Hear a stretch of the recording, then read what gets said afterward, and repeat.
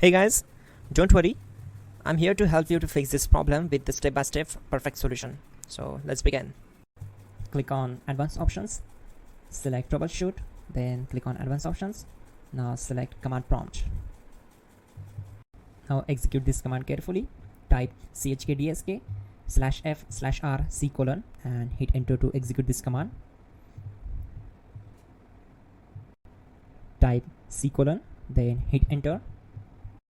Now type cd space c:/ and hit enter to execute the command. Now type cd space Windows and hit enter to execute the command.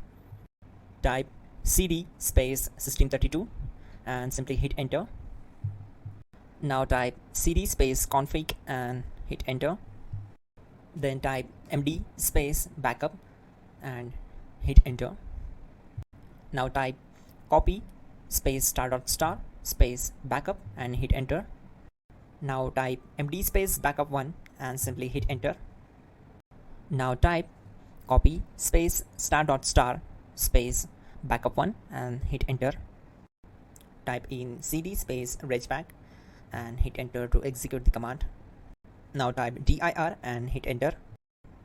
Type copy space *** space ... and hit enter. Then type all and simply hit enter to execute the command. Let's move to the next command. Type in bootrec space /fixmdr and hit enter to execute the command.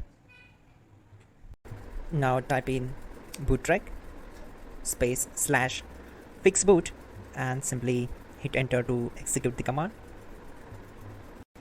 Now execute this command cd space c:/.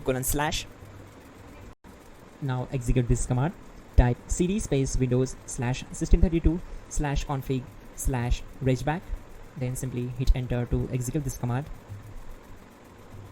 Now execute this command. Type bcd edit space /export space c:/ bcd backup and simply hit enter to execute this command.